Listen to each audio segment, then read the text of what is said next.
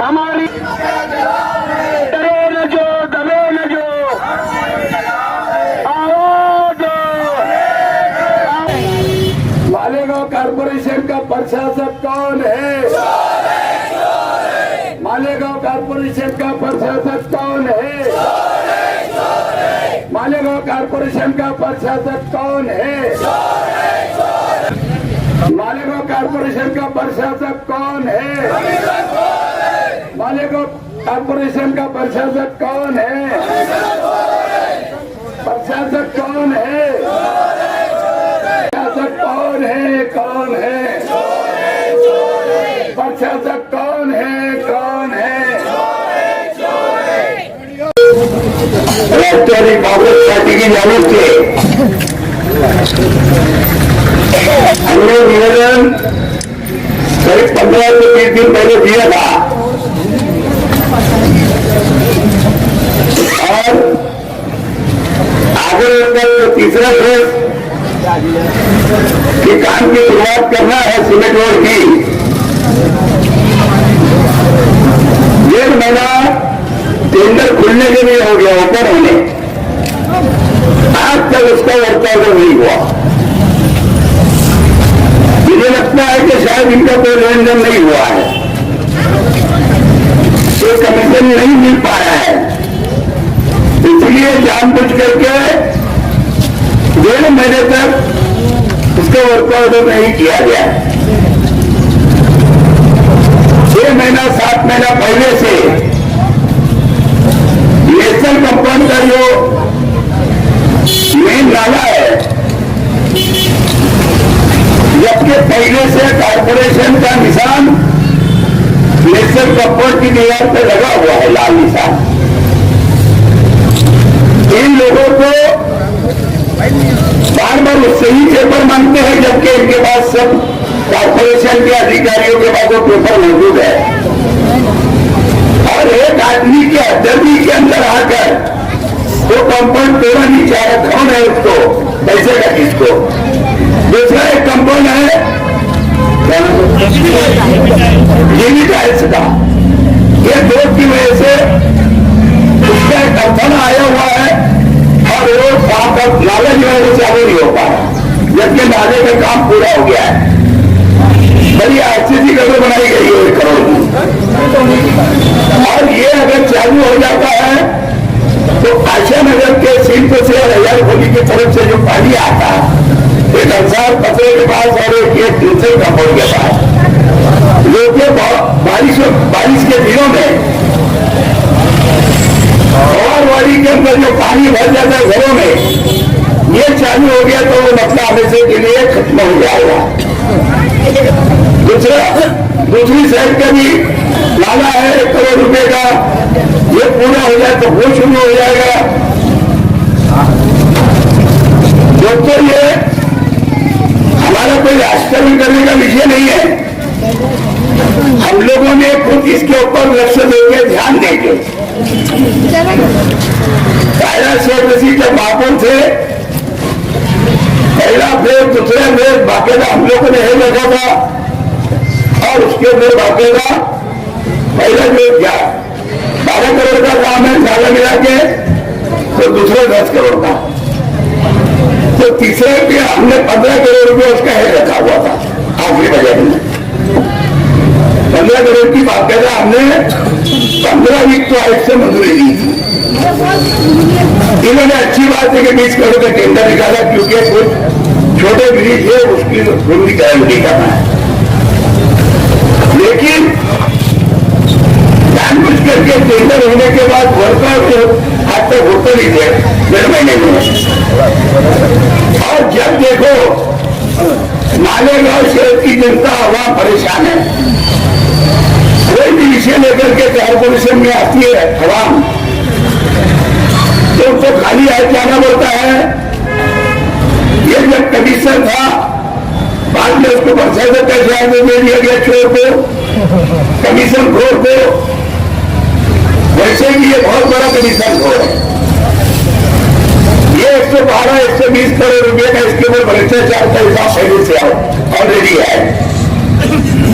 और ये थाना जिले की नगर पालिका थी, वहां पे इसका बच्चा जाया था,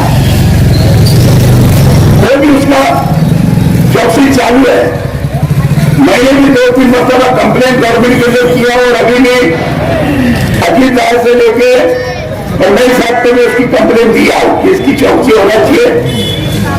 दोस्तों में 100 करोड़ का काम निकला, जबकि उसको कम से कम एस्टीमेट रेट में या घरों में देना चाहिए था,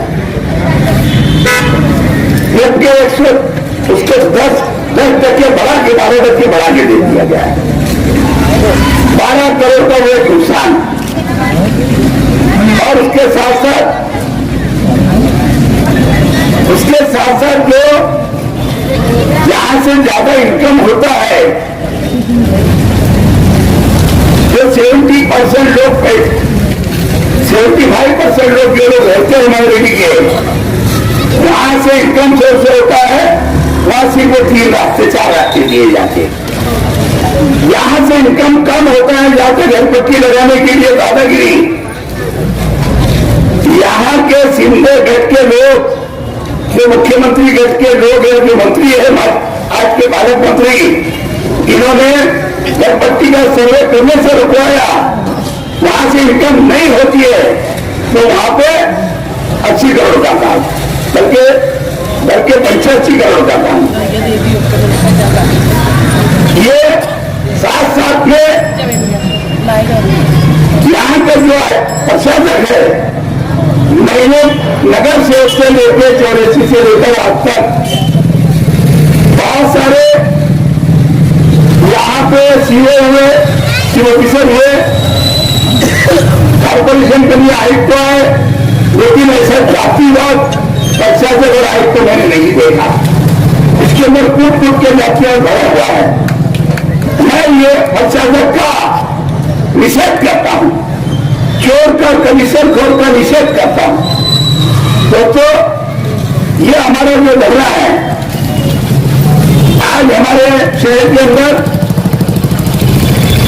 हमारे ईदगाह ग्राउंड के अंदर जैन धर्म के लोगों का मारा जा रहा है। मेरे ख्याल में 23 तारीख से वो कम से कम 4-5 दिन यहाँ रहने वाले, कम से कम 4-5 लोग वहां पर साथी रहने वाले, वहां पे 4-5 लाख लोग वहां पर आने वाले, पूरे महाराष्ट्र जिले का रोज के 2 लाख करोड़ या 1 लाख करोड़। इसके लिए हम आज तो यहां से उड़ जाएंगे, लेकिन जैसे ही महाराज यहां से जाएंगे, हम उसके बाद में हमारा धरना आंदोलन फिर से यहाँ पर शुरू हो जाएगा, क्योंकि पुलिस प्रशासन के पास भी पुलिस बंदोबस्त करने के लिए वहां को पुलिस ज्यादा लगने वाली है। और हमारी अपनी भी जिम्मेदारी बनती है कि उसका ख्याल रखते हैं, क्योंकि हम हिंदुस्तानी मुसलमान हैं, हम सेकुलर लोग हैं, हिंदुस्तानी है। इसके लिए हमको सभी का मजहब प्यार है, हमारे मजहब के साथ साथ एक नेक काम के लिए लोग आ रहे हैं। इसके लिए हम हमारा धरना आए यहाँ पर मुलतवी कर रहे हैं।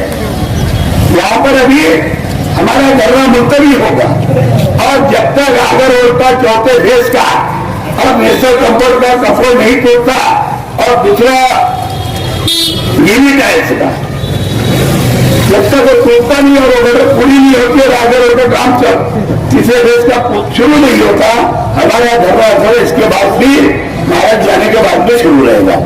आज आप लोग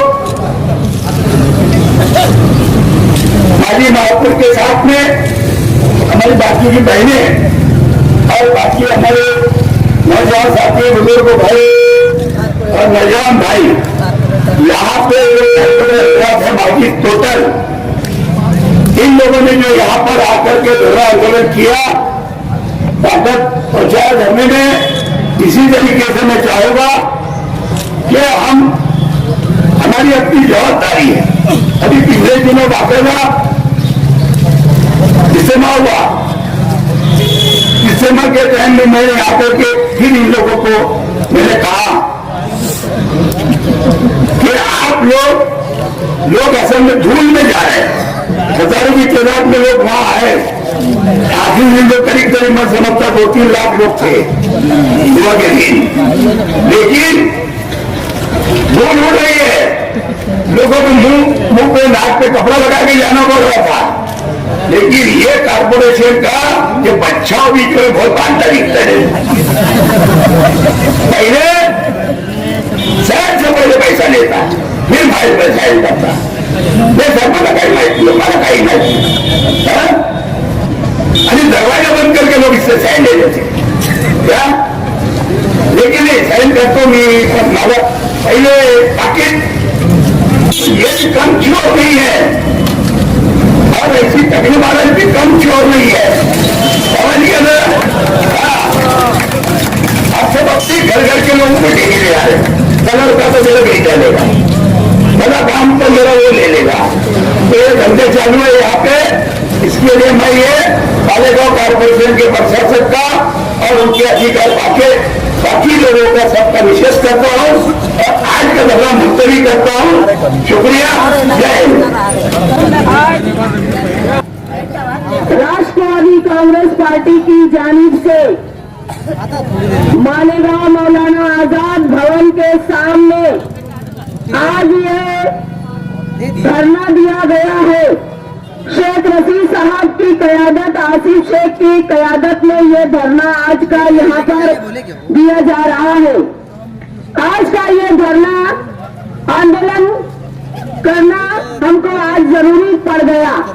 हमने इससे पहले यहाँ पर आकर कमिश्नर को मेमोरेंडम के जरिए हमारे रुके हुए कामों को आगे बढ़ाने के मुतालबात, मालेगांव शहर में जो आगरा रोड का जो 3 फेज जिसका काम बड़ा तेजी से जारी था, लेकिन आप लोगों ने देखा, मैं जितने भी हमारे पत्रकार भाई हैं इन लोगों को कहना चाहूंगी कि आप लोगों ने देखा, जब तक बॉडी थी, जब तक मैं महापौर थी, तब तक ये आगरा रोड का काम बड़ा ही तेजी से जारी था और हमको जल्द से जल्द इस काम को तकमील तक पहुंचाना था।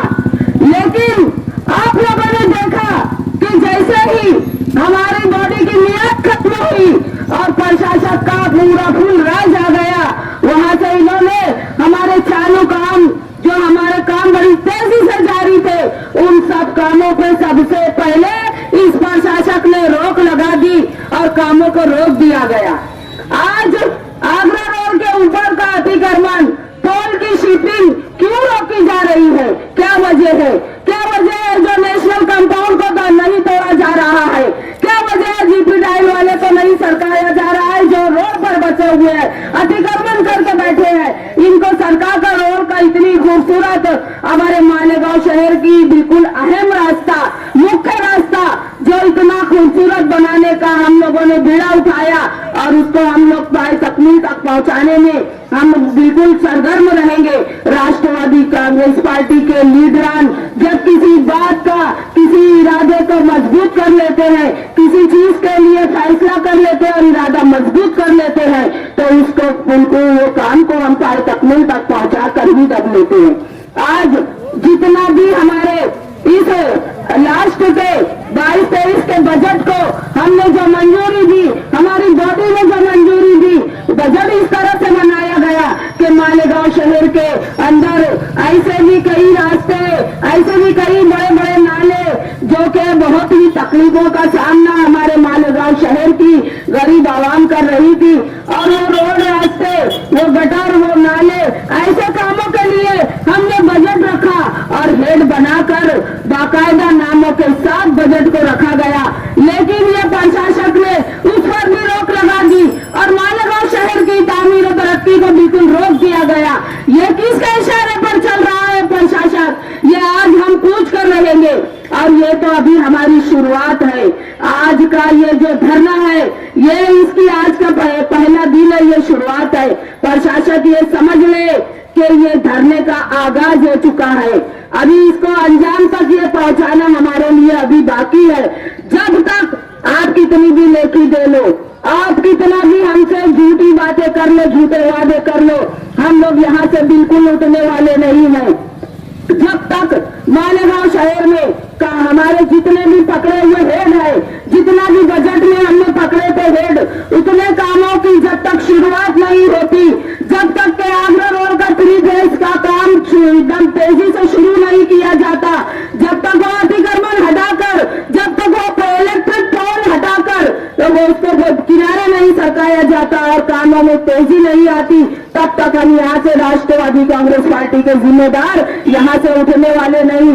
हम बातों की दुकान जो लेकर बैठे हैं सिर्फ बातें करते हैं, जिनको काम से मालेगांव शहर की तामीर तरक्की से उनको कोई फायदा मतलब नहीं है, वो सिर्फ बातें करते हैं और आवाम को गुमराह करते हैं। ऐसे लोगों की बातों में आते हैं और ऐसे लोगों के कामों को वो कमिश्नर जो है उनके कामों को आगे बढ़ाता है। आज हमारे साथ दोगली पॉलिसी की जा रही है।